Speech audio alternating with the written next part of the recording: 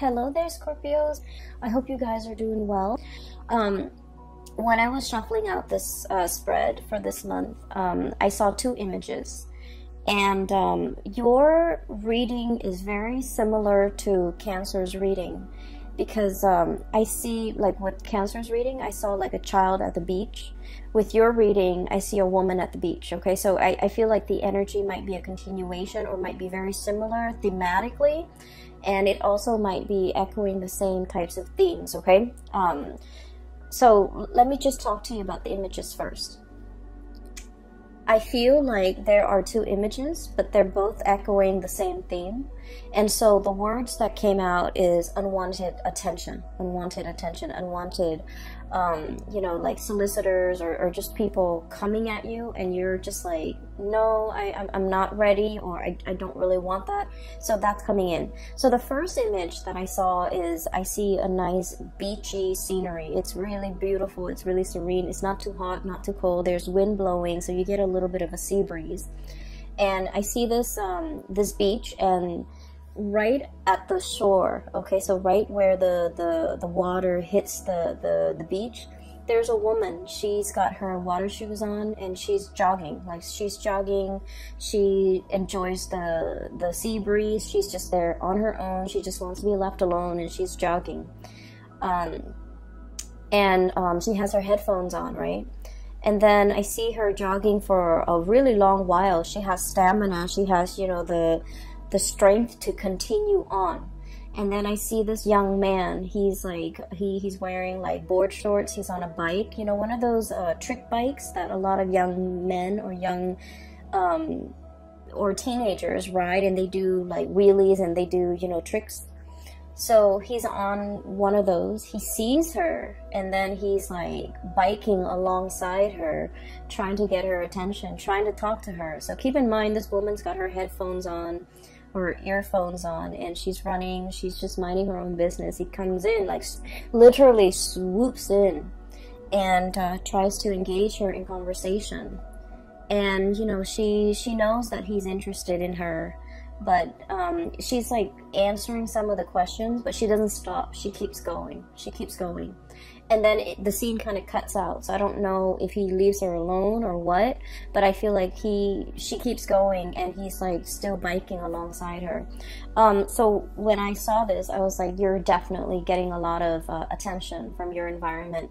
Some of it could be like unwanted attention, you know, getting a lot of suitors, getting a lot of people wanting to be around you, and especially people who are popping out of the woodworks. They scope you from afar, and then they kind of beeline it for you, and they might interfere with your schedule. They might interfere with your time. They might interfere with your alone time more than anything, because I feel like this woman is not getting the alone time that she needs, okay? And then the second image that I saw is very similar. I see this woman in her backyard. She's got a yoga mat on the ground, and she's like, you know, in the lotus position, trying to meditate, working on her breathing techniques, trying to clear her head. And it seems like it's like on a Sunday in the morning. She's, you know, got the day to herself. She's in no rush, so she's just meditating. And this butterfly comes by, and it's like fluttering near her, and she sees it, and then she closes her eyes, just, you know, so she doesn't get distracted. And then it hovers around her ears, and then her nose, and then her head. And she doesn't swat it away. She tries to like ignore it. You know, she tries to like, it's not doing anything malicious or mean towards her, so she tries to just ignore it. And yet it keeps hovering around her space, and you can see her getting distracted, okay? So those are the two images that I'm seeing in your environment. And once again, you know, going with the theme of, you know, unwanted attention, I've already mentioned that I just feel like a lot of people will be demanding your attention. Situations will demand your attention. I do see a lot of distractions coming in from family members, okay? And you guys are kind of like the pillar of stability in your family unit, okay? You're the one that other people come to for advice. You guys give very, very good advice. You're the one that people come to when they're in a jam and they need you to somehow bail them out of a tough situation. Like literally bailing them out of jail, bailing them out of a crisis. If they have a flat tire, instead of calling AAA or their insurance carrier or, you know, a tow truck, they call you.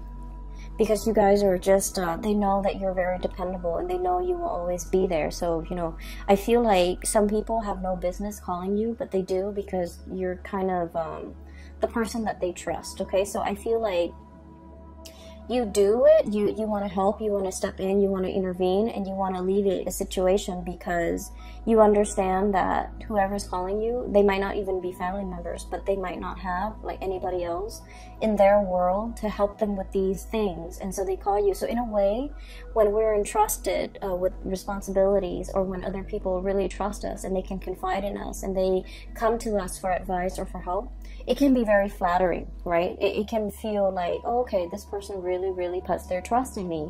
It can feel very flattering. It can feel very good. However, if it's a situation where it's not about self-help, it's not about self-sufficiency, it's more about, you know, having a crutch that this person relies on, it can be very detrimental. So I feel like it's really important for you to kind of draw your boundaries. Demarcation, okay? Like demarcation comes up. It's really important for you to focus that time on self-care, self-help, and teaching somebody how to do something versus coming to their rescue every single time. So I feel like we need to kind of look at a situation a little bit more objectively and leave our feelings out of it, and to figure out, you know, why is this person relying on me for these things, you know? Shouldn't they have somebody in their lives that they can ask for help, or shouldn't they learn to be self-sufficient? Call a tow truck, call a, you know, and not a lot of people have the resources to call a tow truck, to call like an insurance company, to call like a mechanic, okay? Not a lot of people have those luxury and just the resources.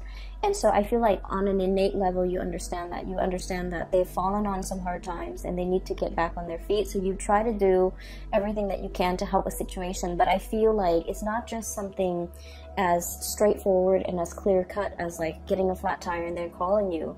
I feel like it's an emotional response. It's an emotional crutch. It's an emotional way of doing and pattern that they are repeating, where they can't really take care of themselves. And so they might reach out to you to take care of that part of themselves. Does that make sense? So it's really important to understand the difference when someone is in real dire need versus when somebody is just constantly, you know, have you on speed dial, have you through text messages, constantly reaching out and trying to get that attention, okay? I feel like there was a situation in the past, okay? And every couple of days, this person would be coming into the picture. And I feel like you're, right now, something happened in September, and your lack of response has them very down in the dumps, okay? I have here the 5 of Cups. This is a situation where somebody's not able to bring their best to a situation. They come with a lot of drama, with a lot of issues. They're not self-sufficient emotionally and physically, and they're just like constantly relying on other people. And the game gets old, okay? This whole concept about, you know, woe is me, it gets old. And then many people in their lives, in their social circle, have called it quits. They just can't handle this codependency. And so I feel like you're dealing with somebody who has driven people away, who has fallen on some hard times, emotional hard times. And I feel like, you know, they're constantly reaching out because, you know, their inner circle have seen them have seen their unhealthy behaviors and these patterns, and they're no longer around with these people. And so they're kind of reaching out to you. You might be, you know, the last resort, or you might even be sort of like that emotional crutch, okay? So I feel like you guys are smart enough. Emotionally, you're very, very, very intelligent. And I feel like a lot of the times, out of courtesy, out of just your own sense of like moral duty, I feel, you help people. Even though you know that they're prone to this type of behavior, you help them because you care about them, okay? You don't want to hurt anybody. And I feel like none of this is lost on you. It's like you know what they're about, and you know it's not right, and you know it's not a good behavior, and it's not a good pattern to enable, but you do it because you feel like, okay, they could need this. They could need this favor from me, and it doesn't detract so much from me, but it will help them. And so you do it, not because you're a fool, but because you care about people. And I feel like something has happened where you are putting your guard up, okay? They're coming in, this unicorn, kicking up a cloud of dust, or I'm sorry, this horse, not the unicorn, kicking up a cloud of dust, you know, coming with some type of a calamity. It's always like somebody who's got a lot of drama in their lives. There's always some type of a there's always some type of a chaos or some type of a time-sensitive issue. Like a lot of drama is what I'm seeing. A lot of hoof beats and drum beats and a lot of noise and calamity in their wake. And I feel like you're sensing that it's coming intuitively. You guys are sensing that there's something coming into the picture. And you're at a point where your guard is up, your walls are up, you're demarcating, you know, that line in the sand. And you're just like, no, I'm here in a state of zen. I need to work on myself. I need to be emotionally present for myself. I'm not in a position to help you. And in the process of, I feel, withdrawing, you know, withdrawing the attention, withdrawing the love and the affection, and just not wanting to engage with this person anymore, and not wanting to, you know, feed into this, okay, and creating this enabling behavior or even this pattern of codependency, I feel like they might have lashed out and they might have said like a lot of hurtful things. So we have here the Five of Swords, and this is a situation where too much has been said. This is the aftermath of some type of a conflict, okay? The house is destroyed. There's smoke rising from the air. The earth is barren. And this person, rather than feeling remorse, they're like, it is what it is. You know, you hurt me, I hurt you. You withdraw affection from me, I withdraw affection from you. And I will decimate or desecrate everything that's in my way. So I feel like you're dealing with someone who's, the word spoil comes out, and needy and spoiled, and someone who wants to win at all costs, okay? They don't care that the village, the civilization gets destroyed. They just want to have it their way, and they want to come out the winner. And I feel like there was a situation where you might have withdrew. You might have, you know, cut back on the communication, cut back on that, the enabling that pattern. You drew your mark in the sand. And I feel like somebody was not happy, and I feel like they might have tried to egg you on, or they might have tried to, you know, do a lot of things for attention getting, okay? Reverting to like childish behavior, attention getting, and things like that. And I feel like this isn't somebody who is on the forefront of your world in the month of October, but you're going to hear bits and snippets about them. And I feel like it's going to make you, it's kind of like validation and proof that I'm so glad I withdrew. I'm so glad I'm no longer in it, and I'm so glad that person is no longer in my life. So you're getting some type of validation where your intuition was telling you all along to kind of like, you know, put an end to this, sever the situation, cut ties. And I felt like you cared about them. You don't want to hurt anybody, and so you kind of let it, you know, drag on. And then whenever you put a stop to it, you're getting immediate validation, especially for the month of October 2019, that it was the right thing to do. I did it at the right time, because, you know, they kind of spiral out of control. I'm seeing this spiral of smoke, and I feel like there is somebody who's not able, when they're not able to get the attention that they want, they revert to, you know, very self-defeating behaviors, okay? On the flip side of this, I do feel like there is a situation here where you have people at your doorstep, people coming in, getting, you know, getting like a host of invitation, receiving a host of invitation to do things, as well as getting people to come into your house, into your space, sharing space with somebody. And I'm also hearing the word like communion. Both of these cards, these are wonderful cards. This is about, you know, family, solidarity, and people getting together. And this is about, you know, sharing toys, playing together, as well as sharing, like, you know, having that sense of communion and community with another person. I feel for many of you, this is a significant other that you might be dealing with. And I feel like this is somebody there where there's a lot of reciprocity. Okay, we have here the 10 of Pentacles, which is the apex, emotional groundedness and stability, financial abundance, as well as the 9 of Cups, which is a wish coming true, but also having that emotional abundance and emotional reciprocity with another person. Okay, so these are very positive cards, and these are cards that indicate to me that you might have left somebody else out in the cold in the past, and that person is no longer piercing through your bubble, is what I'm hearing. They're no longer affecting you on an emotional level. You've learned to detach emotionally, and you've learned to kind of like let them be self-sufficient, let them figure things out on their own, let them resolve issues on their own. And as a result of that, you've resurrected these walls in this bubble, and you're taking care of the people that really matter to you, where there's that equal sense of stability and reciprocity. You were dealing with a taker, Scorpios, someone who took from you. And I'm serious when I say, like, every time they come in, there's like some type of a calamity, some type of a situation that they put themselves in. And it could have been prevented, but it was just, you know, choices, decisions that they made to always put themselves into these dire circumstances.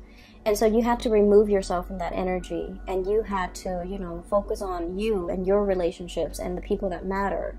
And as a result of that, life has been very, very calm, okay?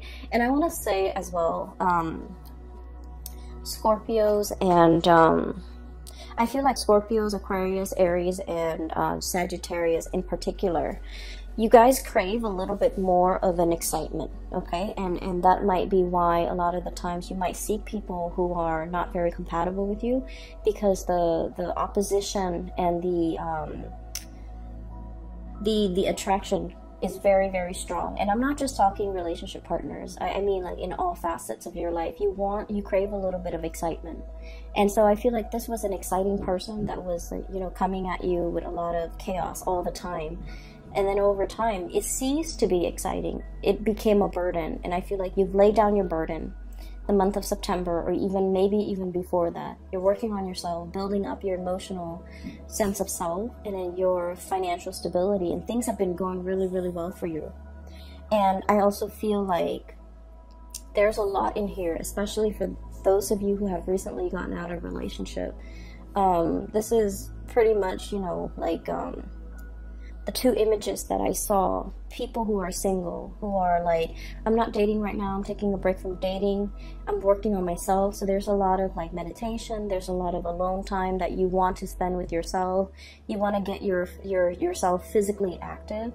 You want to get yourself like in shape. You want to take care of yourself. It's not about just, you know, looking good. It's more about like being a whole person, healing yourself from the inside out, eating right, exercising, taking care of yourself, meditating. So taking care of yourself, mind, body, and soul. Okay, we have a recovery phase. We have this as a spiritual breakthrough, realizing areas that might be off kilter or might be off balance, and working on these things, doing a spiritual cleansing, doing a physical cleansing, and cleansing areas of your life that have been blocked. So if you feel like somebody's energy is negative, you're going to not engage with them.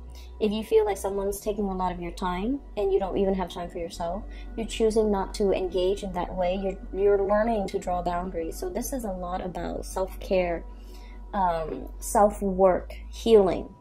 And I feel like, you know, it doesn't have to be, oh, right after a breakup, then we go on a binge or whatever.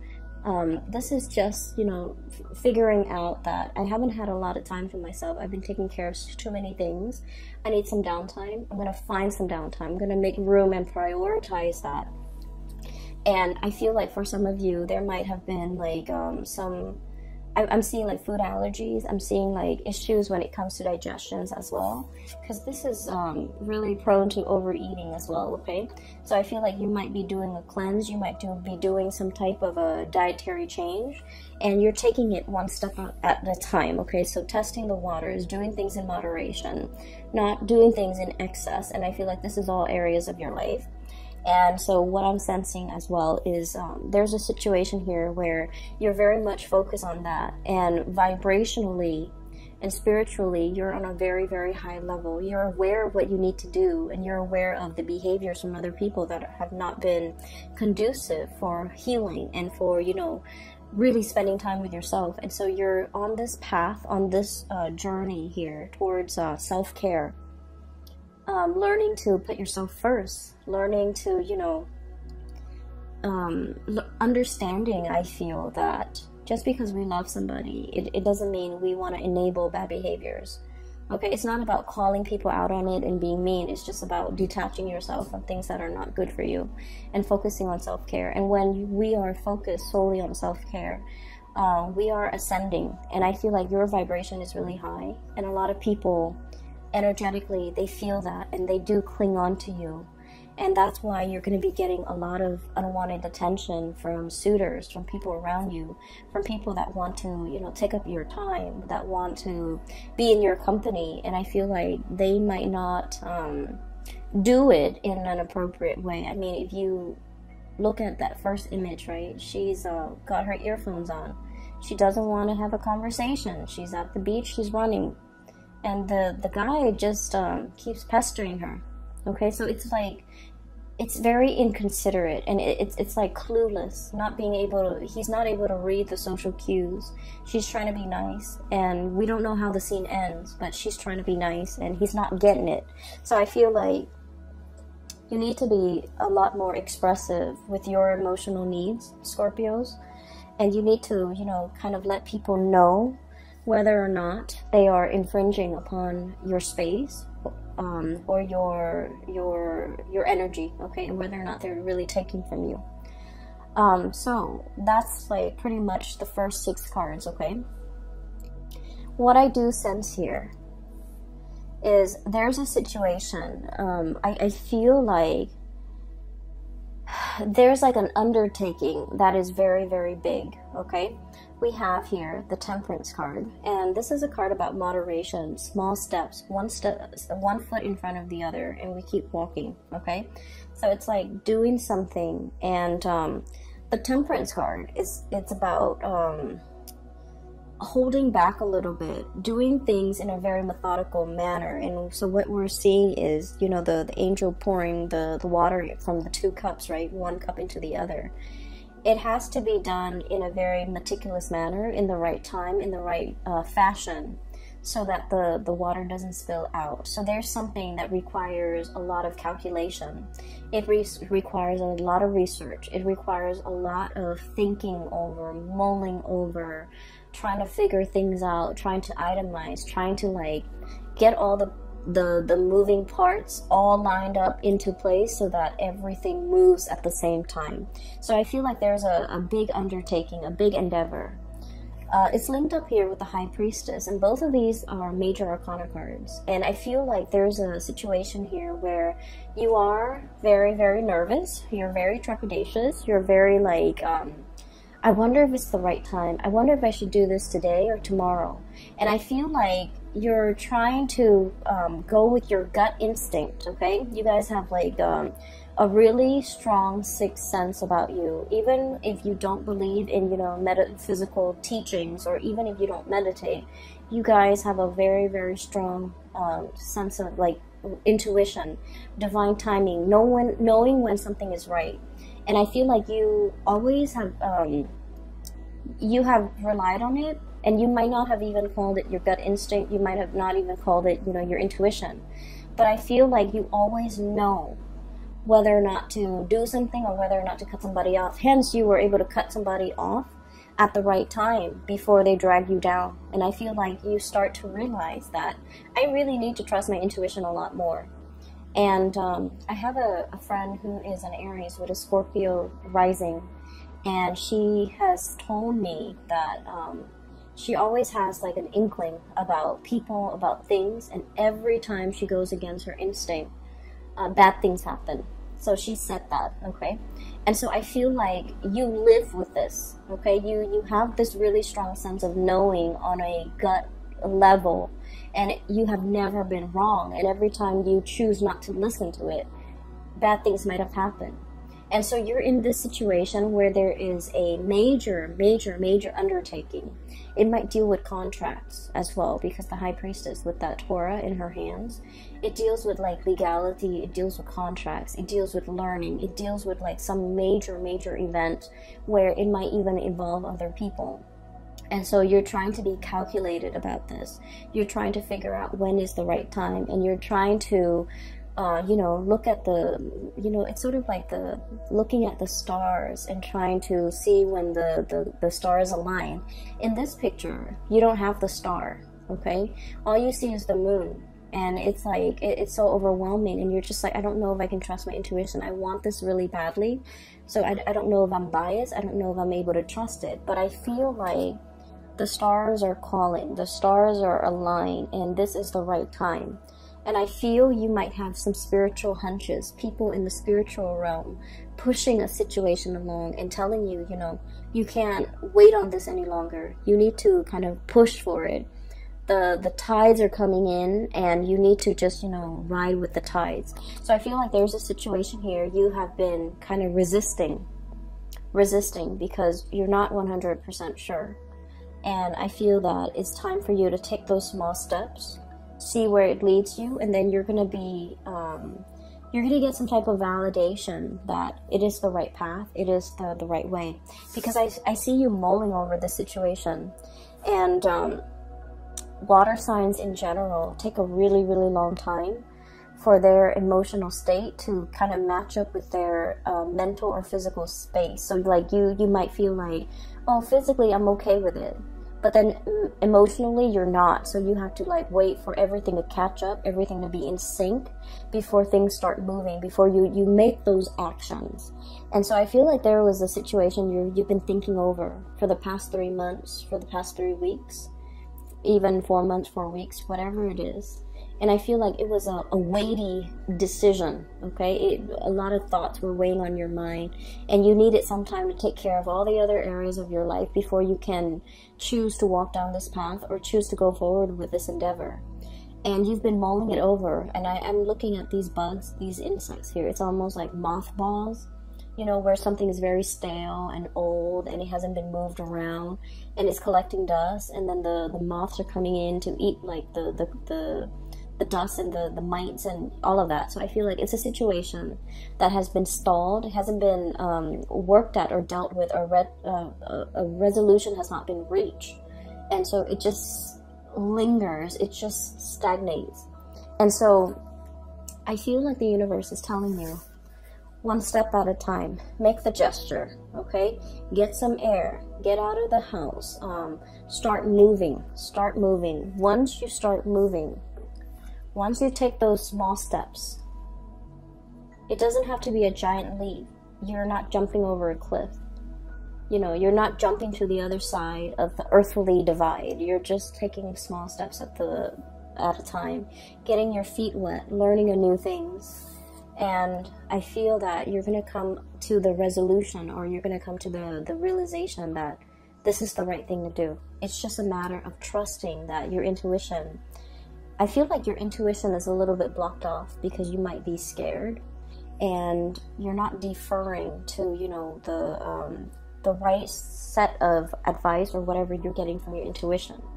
And so there's a situation here. It's a huge undertaking, and it needs to be done.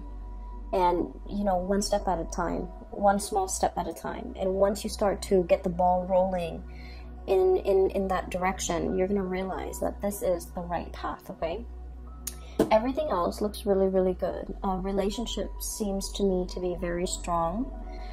Healing is highly indicated here, and I don't feel like it's healing in a way where it's like somebody broke your heart and you want to heal. I don't sense that. I feel like for many of you, there might have been illnesses or like rehabilitation, and you're recovering from that, okay? And then I'm also feeling like a huge undertaking that you're you have been hesitant about, and now is the right time for you to keep things moving. Okay, I do hope the reading is helpful for you guys, and it is really nice to reconnect with you guys. For those who have been emailing me, I don't do private readings anymore. I do have a link in the description box for a psychic. She's based out of California. Her name is Bridget. She's phenomenal. If you want a reading, you can click on the link and book a reading directly through her. Okay, I will be back next month. I hope you guys enjoy your October 2019, and I'll see you soon. Bye bye.